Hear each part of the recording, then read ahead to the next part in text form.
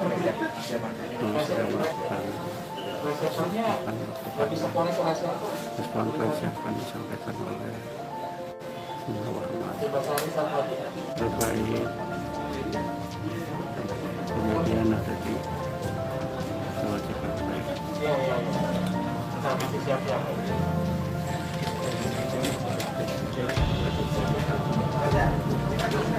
Beginilah suasana di jalan markas PPI di Jalan Tambulan, Jakarta Pusat. Pernyataan resmi akan disampaikan oleh ulama secara ekspresif.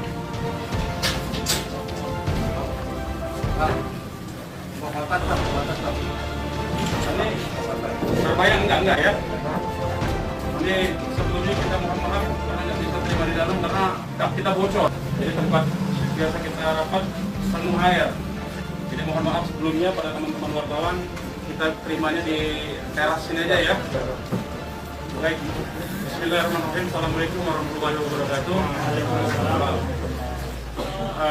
Pertama-tama kami di PPFPI mengucapkan innalillahi wa inna ilaihi rajiun atas wafatnya, atas syahidnya 6 orang laskar kami yang sedang dalam tugas pengawalan kepada pimpinan kami yaitu Imam Besar Habib Rizik Syihab. Semoga ke-6 laskar tersebut diterima syahidnya. Yang kedua, kami sampaikan alhamdulillah Imam Besar kami bersama keluarga dan cucunya alhamdulillah dalam keadaan sehat ya. Dan saat ini sedang dalam pemulihan sebetulnya. Jadi saya di samping kanan saya perkenalkan dulu adalah Kiai Haji Sobri Lubis, adalah Ketua Umum DPP FPI. Di belakangnya adalah Panglima Laskar Pembela Islam Ustadz Maman Suryadi. Di belakang saya Wakil Panglima Laskar Pembela Islam Ustadz Yordan, dan ada pengurus FPI di belakang kita. Jadi pertama-tama saya mau sampaikan bahwa kami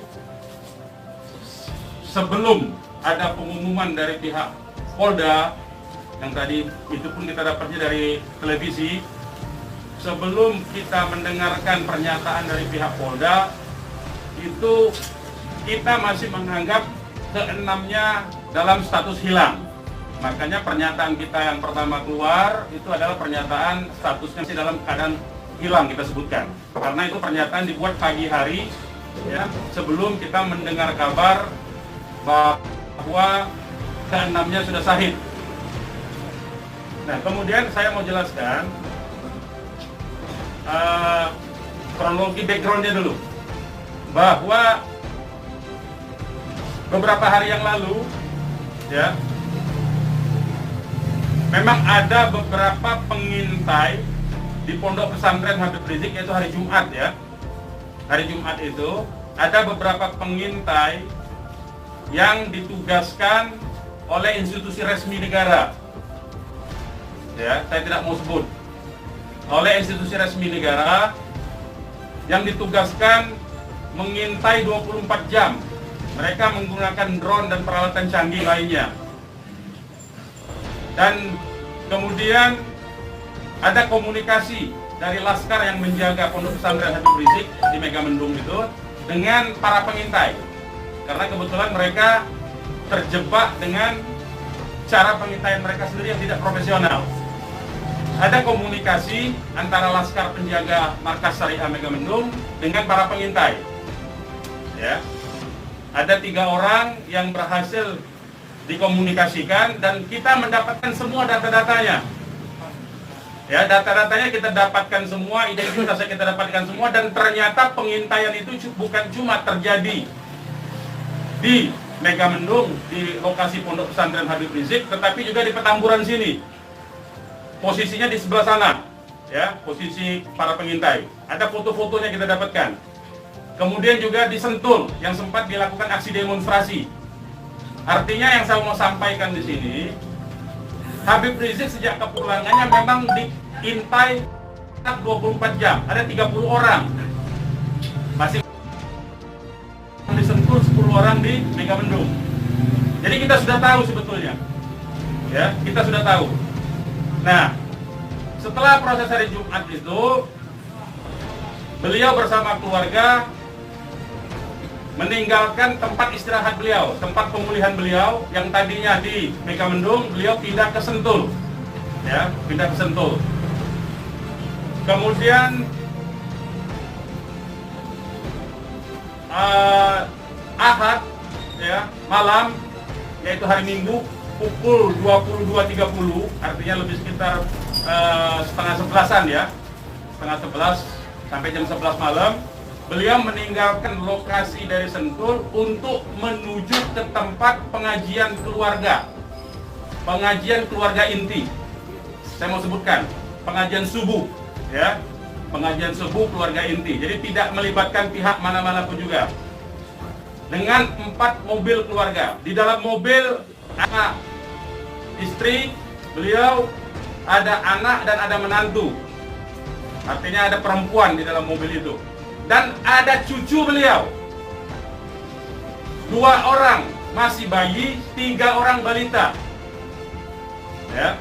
Jadi di rombongan Habib Rizik itu ada balita, ada bayi dan masih belum 1 tahun dan ada balita. Itu yang saya mau tegaskan. Jadi ini adalah perjalanan keluarga biasa. Beliau mau melakukan pengajian keluarga saja, karena biasa pengajian subuh keluarga. Ya. Nah, di dalam perjalanannya lebih kurang pukul 12.30 artinya setengah 1 malam, rombongan beliau dengan dikawal. Beliau menggunakan keluarga menggunakan 4 kendaraan roda 4 dan dikawal oleh 4 mobil juga oleh laskar. Ya. Nah, di dalam perjalanan ada orang yang menguntit sejak dari keluarnya beliau dari Sentul itu. Ya, terus dikuntit dan akhirnya para penguntit ini berusaha memotong, entah apa tujuannya. Kita sebut karena kita tidak tahu apakah dia petugas resmi atau bukan, karena dia tidak berseragam ya, harus disebut tidak berseragam. Ini orang-orang tidak berseragam. Berusaha memotong rombongan ya, dan menyetop kendaraan. Nah, para pengawal tentu saja bereaksi untuk melindungi ya, untuk melindungi Imam Besar Habib Rizik Syihab. Itu reaksi normal karena memang mereka bertugas untuk mengawal. Reaksi normal. Yang patut diberitahukan kepada teman-teman pers semua bahwa fitnah besar kalau laskar kita disebut membawa senjata api dan tembak-menembak. Fitnah itu. Laskar kami tidak pernah dibekali dengan senjata api. Kami terbiasa tangan kosong. Kami bukan pengecut. Jadi fitnah, dan ini fitnah luar biasa, pemutarbalikan fakta dengan menyebutkan bahwa laskar yang lebih dahulu menyerang dan melakukan penembakan. Kalau betul itu coba dicek senjata apinya, nomor register senjata apinya, pelurunya itu semua tercatat. Cek saja, silakan dicek. Pasti bukan punya kami, karena kami tidak punya akses terhadap senjata api. Dan tidak mungkin membeli dari pasar gelap. Ya, jadi bohong sama sekali. Apalagi di FPI, di kartu anggota FPI dan kartu anggota LPI disebutkan bahwa setiap anggota FPI dilarang membawa senjata tajam, senjata api, bahkan dan bahan peledak. Itu dilarang di kartu anggota kita punya. Ya. Nah, jadi upaya-upaya memfitnah, memutarbalikkan fakta hentikanlah. Ya. Hentikanlah. Nah, kemudian kejadiannya, ya. Kenapa kami menyatakan laskar kami dalam keadaan hilang? Karena memang kami belum tahu keberadaannya di mana. Itu membuktikan bahwa mereka dibunuh dan dibantai. Ya. Kalau sejak awal tembak-menembak itu berarti dia tewasnya di tempat dong. Tewas di tempat pasti banyak. Semalam saya sendiri sampai jam 3 sudah ngecek dengan teman-teman yang di lapangan, tidak ada jenazah di situ, tidak ada keramaian di situ, yang ada justru petugas aparat setempat. yang ada di lokasi yang diperkirakan di sekitar pintu tol Karawang Timur. Ya, di tengah malam itu saya suruh cek. Begitu saya mendengar ada berita terjadi ada laskar kita yang ditembak, kita suruh cek ke pintu tol Karawang Timur. Ternyata tidak ada mobil laskar di situ. Mobil laskar tidak ada, jenazah tidak ada. Kalau itu memang tembak-menembak dan tewas di tempat, itu pasti ada jenazah di situ. Pasti membutuhkan proses lama untuk evakuasi di situ. Tetapi ini tidak ada.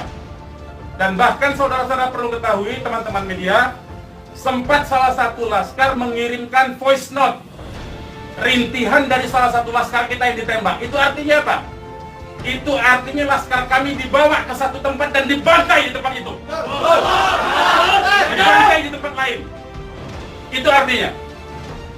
Dan kemudian waktu kemudian setelah voice note terkirimkan, tidak ada lagi HP dari laskar 6 orang itu yang aktif kita hubungi.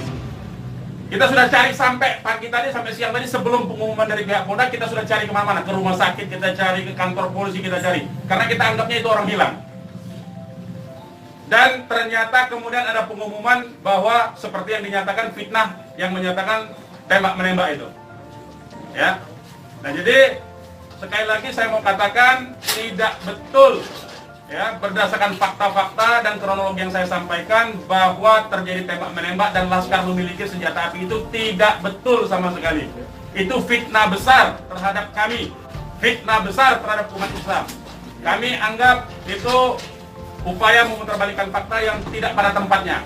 Saudara-saudara harus diperhatikan, ini 6 orang ya, 6 orang wafat dibantai, keluarganya ada 1 di dalam, ya, ibunya ada 1 di dalam, ada 1 orang tuanya laki-laki sedang sholat di masjid, ya. Ini anak-anak kita tahu persis, anak-anak ini hanya bentuk kecintaannya mengawal pimpinan kami, imam besar, hanya bentuk pengabdian, tidak memiliki agenda apapun, tidak memiliki senjata api, tidak memiliki bahan peledak, dan segala macam bentuk senjata lainnya. Dari kami, saya kira itu. Ketua Umum silakan kalau ada yang mau menyampaikan. Silakan. Bang, ya. Untuk pengecekan CCTV di lokasi sudah diminta? Belum kita lakukan, karena kita ini masih sibuk sampai dengan siang tadi sebelum ada pengumuman dari pihak Polda, kita masih sibuk memastikan keberadaan 6 orang tersebut. Ya, jadi kita belum mengecek kemanapun, kita masih menelusuri kemana-mana tempat dari kemungkinan itu dibawa, yaitu apakah rumah sakit, karena kita mendengar ada voice note yang tertembak kan, rintihan dari salah satu korban yang ditembak, masih sempat didengarkan oleh laskar yang tetap mengawal, ya. Dan kita belum mengetahui itu sampai hari ini, bahkan sampai detik ini kita belum mendapatkan akses terhadap jenazah. Itu yang patut dicatat. Kita tahu bahwa mereka 6 orang laskar ini yang syahid ini adalah wafat, baru tahu dari pengumuman, ya, dari pihak kepolisian. Jadi itu yang perlu saya sampaikan. Tapi posisi 6 ini di mana sekarang Bang, dari diketahui? Sampai hari ini saya belum tahu. Kita belum mendapatkan informasi. Ini menunjukkan bahwa bukti konkret bahwa jenazah ini dalam kontrol dan kendali penuh, artinya kan. Kalau memang itu tembak-menembak biasa, tentu itu ada di masyarakat lain. Tentu masyarakat sudah sibuk, sudah ramai di situ. Ini sampai sekarang ini kami tidak mendapatkan akses di mana keberadaan jenazahnya, ya, kondisi lukanya di mana tembak-menembak, berapa lubang pelurunya, kami tidak tahu. Hanya satu-satunya sumber informasi baru bahwa dinyatakan bahwa tewas. Ya, Bang, untuk yang 4 orang Bang, penjelasan yang Bapak bilang tadi yang terkait di tol Japek itu berarti Bapak melihat sendiri bahwa tidak sempat terlihat adanya mayat dalam. Saya tidak melihat sendiri, tapi kita tugaskan ada laskar kita untuk ngecek mulai dari pukul 1:30 ya sampai pukul 3 sampai menjelang subuh kita cek. Gitu. Tidak ada di situ peristiwa tembak.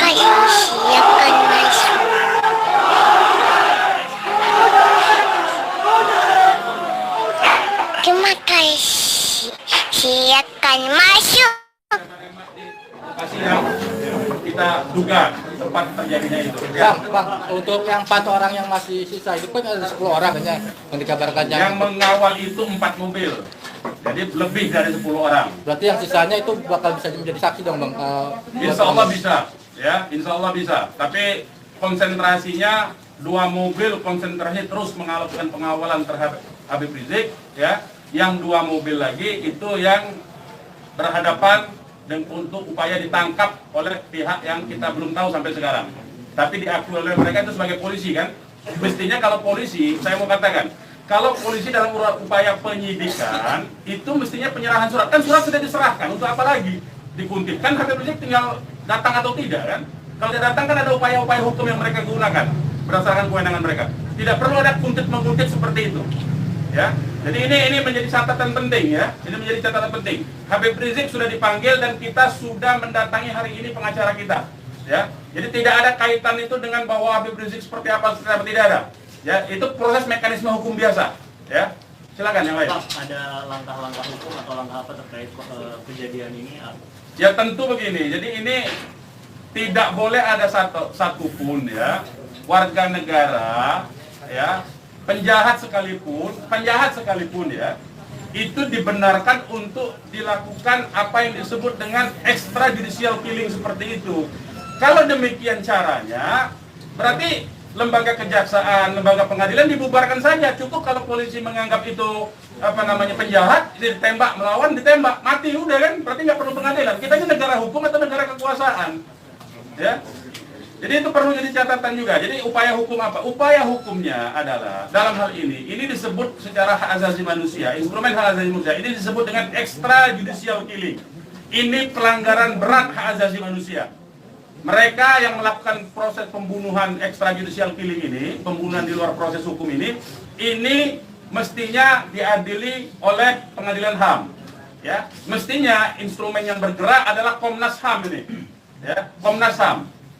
Ya, kita minta Komnas HAM secara terbuka untuk melakukan penyelidikan karena ini jelas-jelas by intention ini, ya. Dan yang dilakukan terhadap Habib Rizik ini terencana, ya. Ya, silakan.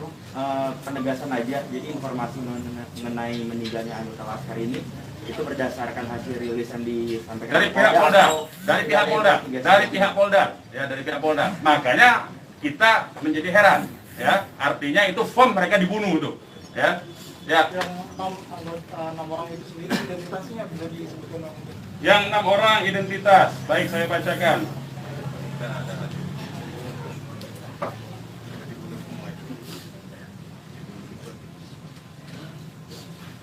Saya bacakan nama-nama laskarnya ya. 1 Faiz. Ini nama panggilan, kita belum cek nama aslinya ya. Ini baru nama panggilan dari teman-temannya yang mengabarkan. 1 Faiz, 2 Ambon, 3 Andi. Yang Andi ini ibunya sudah ada di sini di dalam kantor kita. 4 Reza, 5 Lutfi, 6 Kadafi. Ya. Semuanya adalah anggota Laskar dari Laskar DKI. Ya. Saya ulangi lagi, Faiz, Ambon, Andi, Reza, Lutfi dan Kadafi, ya, 6 orang. Usianya sendiri rentangan ada? Usianya kita masih cross check dengan keluarga ya. Kita belum tahu karena kita kan tidak pegang KTP-nya. Bang, satu lagi nih. Peristiwa baku tembak ini kan terjadi. Tidak ada peristiwa baku tembak, Mas. Nah, peristiwa penembakan yang ada. Penembakan ini kan dikabarkan sama Pak Kapolda karena ada isu pengerahan massa ke Jakarta mengawal Habib Rizik pemeriksaan. Nah, apakah itu benar? Jadi itu membuktikan itu fitnah ya. Habib Rizik itu menuju luar Jakarta, bukan menuju dalam Jakarta. Jadi kebohongan seperti itu tidak layak dikutip menurut saya. Ya, tidak boleh informasi publik dijejali dengan berbagai macam kebohongan. Ya, hentikan kebohongan. Habib Rizik menuju arah luar Jakarta, bukan menuju dalam Jakarta. Menuju ke tempat pengajian. Pengajian itu pengajian keluarga. Keluarganya keluarga inti. Terdiri dari, ya kalau saya sebutkan nanti Habib Rizik terancam nyawanya. Mau tanggung jawab nggak nanti? Lokasi penembakannya di mana, Pak? Lokasi penembakan diperkirakan pintu tol Kerawang Timur. Yang udah dicek di sana di mana? Sudah dicek di situ. Kerawang Timur. Pintu tol Kerawang Timur. Sudah kita cek. Berarti kalau dari rombongan HRS sendiri nggak ngelihat ada tembak-menembak di situ ya Pak? Yang tiba-tiba Tidak ada, memang tidak ada tembak-menembak. Ya, memang tidak ada tembak menembak. Sudah saya katakan berulang-ulang, tidak ada tembak menembak. Kalau bahasanya tembak menembak, itu artinya dua belah pihak memiliki senjata api yang sama. Jadi kayak saya mohon lah ya, penggunaan diksi ini, kita didiklah masyarakat ini, didiklah publik ini, edukasilah publik ini dengan fakta yang sesungguhnya. Dari kami menyatakan tidak ada tembak menembak. Kalau konotasinya penggunaan diksi tembak menembak, itu dua belah pihak saling memegang senjata Tapi api. sempat mendengar senjata api dari polisi atau apa? Bagaimana? Salah satu mobil sempat terkena sempi dan sebagainya, Pak. Bukan salah satu mobil, 6-6-nya udah tewas sekarang dinyatakan sendiri oleh mereka. Mengakui. Dilihat 4 rombongan itu, Pak. 4 mobil itu, Pak. Nah, satu mobil. Ya, sudah saya katakan tadi, yang mengawal Habib Rizik ini 4 mobil. 2 mobil terus mengawal Habib Rizik menuju tempat pengajian. Yang 2 lah kemudian yang berusaha dihadang oleh OTK ini. Begitu, saudara. Ya. Kemudian terjadilah upaya-upaya penangkapan itu dan ada sekali penembakan di tahap awal itu dan mengenai satu laskar. Satu laskar inilah kemudian yang voice note-nya sampai ke tim yang lain, ke mobil yang satunya. Mobil yang satunya segera katakanlah menyelamatkan diri begitu. Karena ini ada tembakan, itu bukti ya. Saya mau katakan ini ada 2 mobil. Satu mobil dihadang, satu mobilnya kalau betul ada tembak menembak dan laskar FPI punya senjata, tentu dihajar pakai mobil satunya. Ini kan tidak terjadi. Buktinya yang satunya mobil kita, laskar kita menyelamatkan diri begitu loh. Ya, itu faktanya. Jadi tidak ada penggunaan diksi tembak menembak. Penembakan yang ada itu. Penembakan oleh siapa? Sementara ini mereka mengakui bahwa itu dari pihak mereka. Dengan tadi pernyataan kan, jelas kan? Mereka sendiri yang mengakui. Tadinya kita anggap itu OTK, tapi sekarang sudah diakui. Ya. Nah, karena ini aparat negara yang melakukan, maka ini disebut pelanggaran hak asasi manusia yang berat, begitu. Pelanggaran hak asasi manusia berat itu sendiri, apakah FPI akan melapor ke Komnas HAM? Oh iya, kita akan berupaya tentu saja. Ya, kita akan menggunakan seluruh mekanisme hukum untuk melaporkan peristiwa ini. Ini tidak boleh didiamkan, sebab bisa saja nanti anda semua akan ditembak nanti kalau kritis. Ya, kawan. Karena anda wartawan tentu saja menyuarakan yang kritis. Kalau Anda tidak disenangi kritik Anda nanti Anda akan menjadi sasaran. Semua warga negara Indonesia akan diperlakukan sewenang-wenang seperti ini. Ini tidak boleh dibiarkan. Ya, kami masih bersabar dengan menggunakan upaya mekanisme hukum. Ya, yaitu akan berupaya melaporkan ini ke Komnas HAM. Karena ini kita sebut pelanggaran HAM berat, ya. Ada upaya dari FPI untuk mengkonfirmasi soal identitas 6 orang itu nggak, Pak? Enggak, nanti kita keluarganya tentu ini sekarang aja sudah ada 3 keluarga ya. Insya Allah dari keluarga nama-namanya identitasnya akan kita dapatkan dalam waktu segera dan akan kita keluarkan identitas keluarga masing-masing termasuk umur, alamatnya ya. Sudah ada yang dihubungi pihak Polda terkait 6 jenazah itu? Belum ada. Ini kita tidak punya akses informasi ya. Pak, untuk jenazah sendiri ada di mana Pak? Karena kan di Airport sendiri tadi belum ada jenazah ke nomor. Nah itu tanya ke mereka yang nembak, mereka yang mengendalikan jenazah, kenapa tanya kita? Tanyanya mereka itu. Itu bukti mereka menguasai itu jenazah, ya. Dan dalam kewajiban seorang Muslim itu jenazah harus segera diserahkan kepada keluarga, ya. Jangan dilama-lamakan. Dan keluarga menolak otopsi, tidak dibenarkan otopsi tanpa izin dari keluarga. Terkait dengan kejadian ini sendiri, responnya Habib Rizik itu apa? Ya, beliau tentu saja mengucapkan innalillahi wa inna ilaihi rajiun. Ya, beliau sangat berduka, sangat bersedih karena ini adalah laskar yang semata-mata mengabdi kepada beliau untuk mengawal beliau. Ya. Beliau sangat sedih tentu saja. Ya, beliau sangat sedih. Balik lagi ke orang yang mengintai itu, Pak, bagaimana FPI memastikan 30 orang itu benar adalah pengintai yang berasal dari lembaga negara, termasuk yang 3 orang di Mega Mendung? Ya, kita punya pengakuannya, kita punya data-data laporan mereka, ya, kepada atasan mereka, kita punya sampai sekarang ini. Nah, kita tidak tahu apakah ini adalah bentuk-bentuk upaya balas dendam dari terbongkarnya coverage mereka. Ya, kita tidak tahu, ya, kita tidak tahu. Pak, laskar itu tadi disebut polisi adalah laskar khusus yang berusaha menghalangi penyidikan Habib Rizik. Itu penyidikan apa? Penyidikan itu di kantor polisi, Mas. Jadi jangan polisi jangan sembarangan lah, ya saya kira. Penyidikan itu di kantor polisi dan Habib Rizik itu akan dipanggil. Yang dihalangi itu apa? Tidak ada upaya menghalangi. Habib Rizik itu mau menuju pengajian. Apa yang disidik? Apa yang disidik? Pertanyaannya. Penyidikan apa? Ya. Tidak ada upaya menghalangi itu, ya. Tidak ada upaya menghalangi. Itu fitnah, lagi-lagi itu fitnah. Ini upaya untuk melepaskan diri dari jerat hukum. Ini pelanggaran HAM, saya katakan. Ini pelanggaran HAM, sekali lagi. Ya. Tidak boleh lepas dari jerat hukum ini. Tidak boleh, karena kekuasaan lepas dari jerat hukum. Tidak boleh. Tidak ada upaya menghalang-halangi itu. Karena Habib Rizik jelas mekanisme hukumnya. Ya, tinggal dipanggil, tinggal diketerangan saja. Ya, silakan yang lain. Masih ada? Bang, Ya. Bang, ini barusan IPW merilis tentang kasus ini. Siapa? IPW, Indonesian Police Police Watch. Watch, Jadi oke. IPW mendesak untuk Jokowi mencopot Kapolri sama membentuk tim pencari fakta bahwa ada pelanggaran di sini. Apakah teman-teman FPI akan menggandeng IPW juga untuk membentuk tim fakta? Ya, kalau IPW kan LSM memang dia selama ini berfungsi untuk menjadi pengawas polisi kan, namanya Police Watch kan. Ya, saya setuju, tentu saja terima kasih atas dukungan dari IPW untuk supaya kasus ini dibentuk tim independen. Saya setuju. Dan tim independen itu tentu saja menurut saya harus dipimpin oleh Komnas HAM karena kewenangan itu ada di Komnas HAM ya. Baik, yang lain. Ada rencana untuk melapor ke Propam juga mungkin, Bang? Ya, jeruk makan jeruk nantinya, Mas.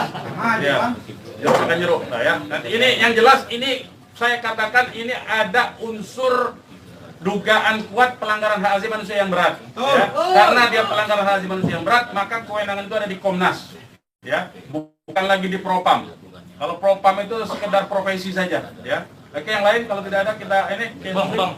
Ya, ini mungkin insya Allah Ta'ala kita akan masukkan juga untuk membuat tim pencari fakta dari DPR dan seluruh instansi yang terkait agar supaya tim independen bisa segera dilaksanakan, bisa terlaksana dengan yang berwibawa, dengan banyak instansi sehingga kita bisa melihat meminimalisir celah-celah kebohongan ya. Jadi seperti itu. Insya Allah Ta'ala dengan tim pencari fakta independen untuk bisa menguak bagaimana peristiwa ini yang sebenarnya, walaupun kita sudah melihat bagaimana fitnahan-fitnahan yang ditujukan kepada Front Pembela Islam maupun kepada laskar-laskar kami, itu semuanya, tapi tetap perlu untuk bisa terkonstruksikan ya dengan data-data dan bukti-bukti, insya Allah Ta'ala dengan keterbukaan dan juga dengan rasa keadilan, insya Allah Ta'ala. Oke, silakan yang lain teman-teman kalau masih ada. Sekarang Pak Habib Rizik posisinya sedang di mana? Oh, kalau kami kasih tahu nyawa Habib Rizik yang terancam, mohon maaf ya, kita tidak bisa kasih tahu soal itu. Baik, yang lain nggak ada? Baik, kepada teman-teman media, sekali lagi saya ucapkan terima kasih yang banyak ya, jazakumullah khairan jaza atas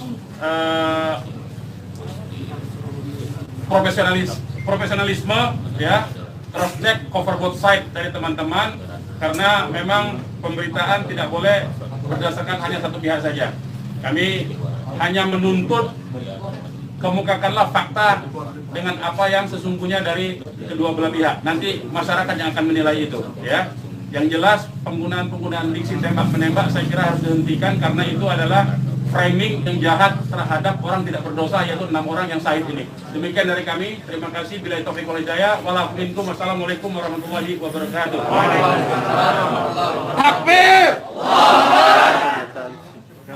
Umat Islam siap! Bakar! Yang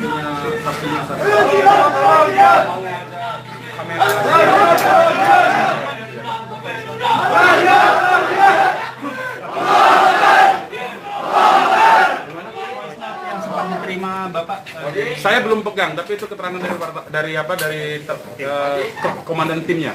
Saya memang sengaja belum minta ya. Itu dari korban bernama siapa Pak? Yang voice note itu? Bagaimana? Atas nama siapa korban voice note itu Pak? Itu juga belum tahu. Itu voice note-nya itu dikirim itu sangat cepat sekali. Kita belum tahu. Saya sendiri belum dapat. Tapi itu keterangan voice note dari komandan yang mengawal Habib Rizik semalam. Ya, berarti isinya teriakan saat Rintihan ya. Ada rintihan mengadu kesakitan seperti itu. Hanya sebentar, hanya beberapa detik. Dari nomor siapa dikirimnya Pak? Apa dari nomor laskar atau nomor yang tidak dikenal? Nomor laskar dong, nomor laskar. Itu kan mereka kan punya komunikasi di antara mereka. Gitu ya. Beredar gambarnya. Ya ini betul ya, betul. Itu semua ya. Itu sudah saya sebarkan di antara beberapa teman. Jadi saling berbagi saja ya. Benar ya, Bang? Benar itu benar. Itu benar itu. Saya cek lagi. Ya, betul ya, betul. Itu 6 orangnya itu. Oke, ada lagi? Gak ada ya. Terima kasih banyak ya, teman-teman ya. Boleh di sini aja ya. Kayak di ini hubungin aja ya. Nah, kalau nanti 4:30 ya. Iya, dalam ya.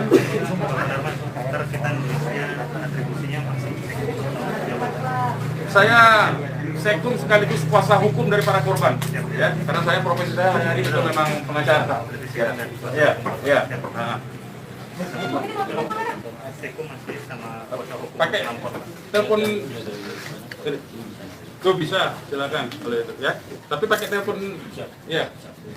Anda saja ya, karena saya telepon saya nggak ada yang bisa dikontak, hanya WA lock. Jadi sementara WA jaringannya sangat jelek kalau ya. Jam berapa? Hari ini 4:30 soalnya. Oke, bentar lagi ya. Terima kasih teman-teman ya semuanya. Mohon maaf atas ketidaklayakan tempatnya ya.